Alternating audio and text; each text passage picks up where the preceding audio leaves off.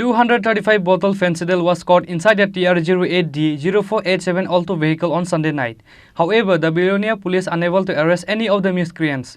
Police said the market value of the caught Phensedyl is Rs 1.5 lakh.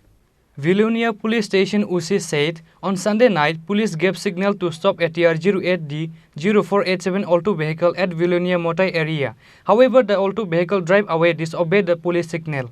Later, the Alto driver left the vehicle and ran away after the police chased the vehicle. Later, police found 235 bottle Phensedyl inside the vehicle.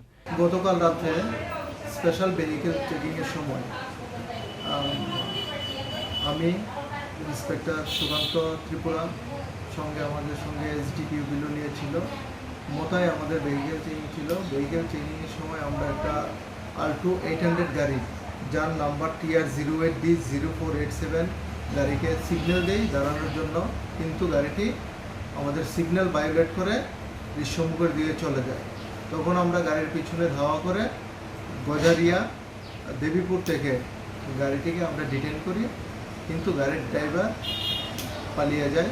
গাড়ি থেকে আমরা মোট 3 carton 235 বোতল Phensedyl উদ্ধার করি এবং এই ব্যাপারে আমরা একটা স্পেসিফিক বিলোনিয়া থানাতে কেস রেজিস্টার করি যার number 51/2023 under section 21C 25 29 of NDPS act.